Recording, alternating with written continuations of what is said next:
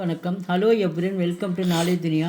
வருகிற 2025 பிப்ரவரி மாதம் நடக்கக்கூடிய தேர்வு மத்தியமாவிலேருந்து ஃபஸ்ட் பேப்பர் லாஸ்ட் ரோமன் இலக்கணம் பாட்டு போடுறோம். இது ஃபுல்லாக 2 மார்க் கொஷின்ஸு. இது மொத்தம் 10 மார்க்ஸு. இதில் 8 கொஷின் கொடுத்து இனி 5 கேட்பாங்க. ரொம்ப ஈஸியாக நம்ம எழுதலாம். ஆன்சர் ஃபுல்லாக 1 or 2 லைன்ஸ் தான் வரும். நீங்கள் புரிஞ்சுக்கிட்டால் நம்ம டக்குன்னு எழுதிடலாம். ஹிந்தி 5 பிரச்சனைக்கு உத்தர் லிக்கியே. ஹிந்தியில் 5 வினாக்களுக்கு மட்டும் நீங்கள் பதில் எழுதுக அப்படின்னு சொல்லி ஹெட்லைன் சொல்லியிருக்காங்க. மொத்தம் 8 கொடுப்பாங்க. நீங்கள் 5 மட்டும் எழுதுங்க. Total mark 10 marks. ஒரு கொஷினுக்கு 2 மார்க்ஸு. வர்ண கிசே கவத்தேகை. வர்ண அப்படின்னா எழுத்துக்கள் அர்த்தம். எழுத்துக்கள் எவ்வாறு உருவாகின்றது. கிசி பாஷாமி மூல் தவனி சின்னக்கா வர்ண ககத்தேகை. கிசி பாஷா இந்த எழுத்துக்கள் இந்த எழுத்துக்களின் மூலம் மூல் தவனி அடிப்படை ஒலி குறியீடுகள். சின்ன அப்படின்னா குறியீடுகள் அர்த்தம். தவனி ஒலி சவுண்டு. நம்ம பேச சவுண்டு அந்த ஒலி. மூல் அப்படின்னா அடிப்படைன்னு. இந்த ஆன்சர் மூல் தவனி சின்னக்கா வர்ண ககத்தேகை. இந்த இந்த இந்த மொழிகள் அடிப்படை ஒலி குறியீடுகள் மூலம் எழுத்துக்கள் பிறக்கின்றன.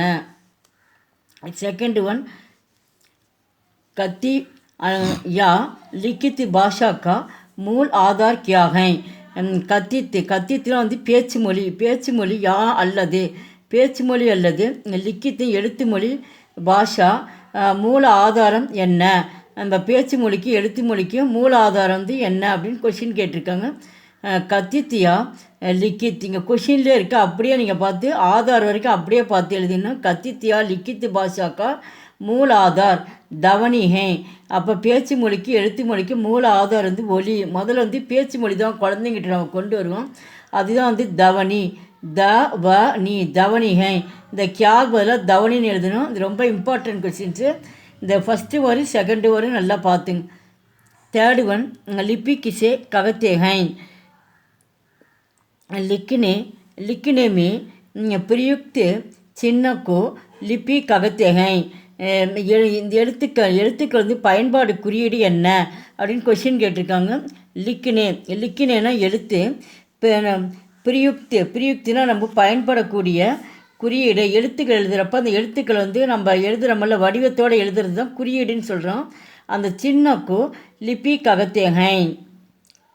हिंदी वर्णमाला में कितने स्वर और व्यंजन हैं.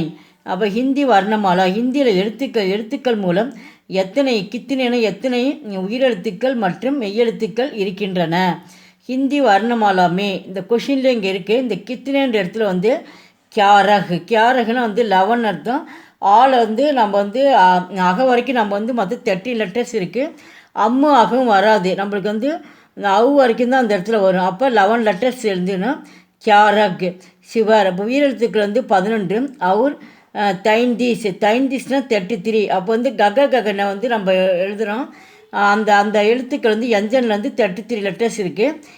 அதனால் நீங்கள் கித்தினேன்ற இடத்துல 11 போட்டு அப்புறம் அவர் மற்றும் எஞ்சன் 33 இதை எழுதிட்டாவும் உங்களுக்கு 2 மார்க்ஸ் ஈஸியாக கிடச்சிடும். ஹிந்தி வர்ணமாலாமே 11 சிவர் அவர் 33 எஞ்சன் ஹே. அப்படியே கொஷின் இருக்குது அப்படியே பார்த்து ரைட் பண்ணிவிடு. 5th ஒன், சிவரோம் கா பிரயோக் கைசே ஹோத்தா ஹை. உயிரெழுத்துக்கள் எப்படி உபயோகப்படுத்துகிறோம். சிவரோம் கா பிரயோக் சுதந்திரத்து ரூபமே ஹோத்தா ஹை. அப்போ கைசேன்னு உயிரெழுத்துக்கள் எதன் மூலம் உபயோகப்படுத்துதுன்றாங்க. இந்த கைசே பதிலாக என்ன சுதந்திரத்து ரூபேமே. சுதந்திரத்து அப்படின்னா உயிரெழுத்துக்கள் ஈன்னு தனித்தனி எழுத்துக்கள் நம்ம சுதந்திரமாக எந்த ஒரு இடையூறும் இல்லாமல் எழுதுறதுனால இது அது சுயாதீனம் யாருடைய உதவி இல்லாமல் அந்த எழுத்துக்கள் பிறக்கிறதுனால தான் சுதந்திரத்து ரூபமே அப்படின்னு இதை மட்டும் எழுதிட்டு இதில் கேள்வியில் பதில் இருக்குது அப்படியே பார்த்து எழுதிடுங்க. சிவரோம் கா பிரயோக் சுதந்திரத்து ரூபமே ஹோத்தாகே. யஞ்சன் கிசே ககத்தேகை. மெய்யெழுத்துக்கள் எப்படி பிறக்கின்றன. கிசேனா எப்படி பிறக்கின்றன. சிவரோங்கு சகாயத்தா சே உச்சரித்து வர்ணோங்கா யஞ்சன் ககத்தேகை. சிவர்ண உயிரெழுத்துக்கள் மூலமாக சகாயத்தா அப்படின்னா உதவி. உயிரெழுத்துக்களின் உதவியால் உச்சரித்து அப்படின்னா உச்சரிக்கப்பட்டு அந்த எழுத்துக்கள் வந்து யஞ்சன் மூலமாக உருவாக்கின்றன. संयुक्त यंजन किसे कहते हैं உதாரணம் दीजिए. संयुक्त यंजन அப்படின்னா வந்து இரண்டு எழுத்துக்கள் வந்து சேர்றது. அப்போ இணைந்த மெய் இரண்டு எழுத்துக்கள் இந்த யஞ்சன மெய்யெழுத்து ரெண்டு எழுத்துக்கள் சேர்ந்து இணைந்த மெய்யெழுத்து எப்படி உருவாகின்றன அதற்கு உதாரணம் தருக அப்படின்னு கொஷினுக்கு. அப்போ வந்து தோ யஞ்சன். அப்போ ககனால் வந்து ஃபுல்லாக வந்து யஞ்சன் தான் அந்த ரெண்டு அதில் வந்து இரண்டு எழுத்துக்கள் வந்து சேரதுனால दो यंजन के मेल को संयुक्त यंजन कहते हैं. இரண்டு எழுத்துக்கள் ஒன்று சேருவதனால அது யஞ்சன் பிறக்கின்றன. உதாரணம் உதா. இத்து கூட்டல் ர இத்து. இப்போ வந்து யஞ்சனில் தான் இந்த எழுத்து வருது. இத்து கூட்டல் ர இத்ர. அப்போ இந்த ரெண்டு எழுத்து வந்து ஒரு எழுத்தாக மாறுது. இத்து கூட்டல் ர இத்ர. அனுஸ்வார் கிசே कहते हैं. அனுஸ்வார் வந்து எப்படி வந்து பிறக்குது. அனுஸ்வார் சிவர் கே பாத். சிவர்னு வந்து உயிரெழுத்துக்களுக்கு பிறகு ஆனேவாலே உயிரெழுத்துக்கு பிறகு வந்து வரக்கூடிய எழுத்துக்கள் வந்து யஞ்சன் மூலமாக வருவது அனுஸ்வார் ககத்தேகன். அதனால தான் அனுஸ்வார் பிறக்கின்றது. உதாரணம் இப்போ சிவர் அப்படிங்கும்போது ஃபஸ்ட்டு லெட்டர்ஸ் வந்து உயிரெழுத்தில் வந்து ஆ வந்திருக்கு. மேலே வந்து டாட்டு கொடுத்துருக்காங்க. டாட் ஆனேவாலே இந்த உயிரெழுத்துக்கு பிறகு இந்த புள்ளி வர்றதுனால ஆனேவாலே. பிறகு எங்கே வருது யஞ்சன் வருது. யஞ்சன்னா வந்து கா கொடுத்துருக்கான். அங்கு உதாரணம் வந்து அங்கு எழுதினா போதும். உயிரெழுத்துக்கு பிறகு வந்து வரக்கூடிய யஞ்சன் எழுத்து வர்றதுனால இது அனுஸ்வார் என்று அழைக்கப்படுகிறது. விசர்கே குச்சு உதாரணம் தீஜே. விசர்க எழுத்துக்கு உதாரணம் தருக அப்படின்னு சொல்கிறாங்க. விசர்கே குச்சு உதாரணம். விசர்க எழுத்துக்கு வந்து சில உதாரணங்கள் அத்துக. இப்போ விசர்க அப்படின்னா வந்து அக. இப்போ உயிரெழுத்துக்கள் வந்து அகன்னு சொல்லி நம்ம படிச்சிருப்போம். கக சக அப்படி லாஸ்ட் எழுத்து வருது இல்லை அதை தான் வந்து அத்துக பொன்க. இப்போ சைடில் ரெண்டு எழுத்து கொடுத்துருக்காங்களோ அதுதான் வந்து விசர்கன்னு சொல்லுவோம். அத்துக புன்க பிராயக ஆதினா முதல் எழுத்துக்கள் வருவதுதான் வந்து விசர்க. இது இம்பார்ட்டன்ட் கொஸ்டின் பார்த்துங்க. அனுநாசிக் சின்னக்கா உதாரணம் தீஜியே.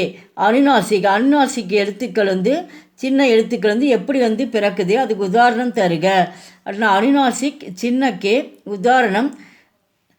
இந்த எழுத்துக்கள் எங்கே பிறக்குது அப்படின்னா வந்து மூக்கில் தான் உச்சரிக்கிறோம். சாந்த் அப்படின்னா வந்து மூணு நிலவு.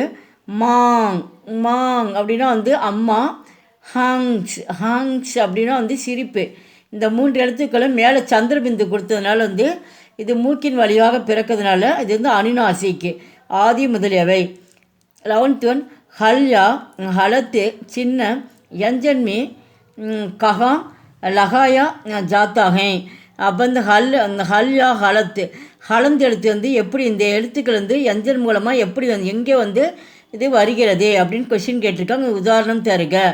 ஹல்யா ஹலந்து சின்ன யஞ்சன் கே நீச்சே லகாயா. அந்த கஹான்ற இடத்துல வந்து எங்கே இந்த ஹலந்து எழுத்து பிறக்குது அப்படின்னா வந்து நீச்சே. யஞ்சனு கீழே வந்து வரக்கூடிய எழுத்து நீச்சே அப்படின்னா கீழேன்னு அர்த்தம். வரக்கூடிய எழுத்துக்கள் அங்கு பிறக்கின்றது. உதாரணம் ஹலந்து ஜகத்து அடுத்தது வித்வான். அந்த தாக் பதில் கீழே பார்த்து ஹலந்து மாதிரி ஒரு கோடு கொடுத்துருக்கான். அதுதான் ஹலந்துன்னு சொல்கிறது. வித்வானுக்கு வந்து இந்த தா கீழே வந்து ஒரு கோடு மாதிரி கொடுத்துருக்காங்க. அதுதான் வந்து ஹலந்து. அப்போ வந்து ஜகத்துனா வேர்ல்டு உலகம். வித்வான்னா வந்து புலவர் அறிஞர்கள்னு சொல்லுவோம். இது வந்து மெய்யெழுத்து கீழே வர்றதுனால தான் இந்த மாதிரி கொடுத்துருக்காங்க. நெக்ஸ்ட்டு கின் சப்தோமே விசர்கா பிரயோக நகி ஹோத்தாகை.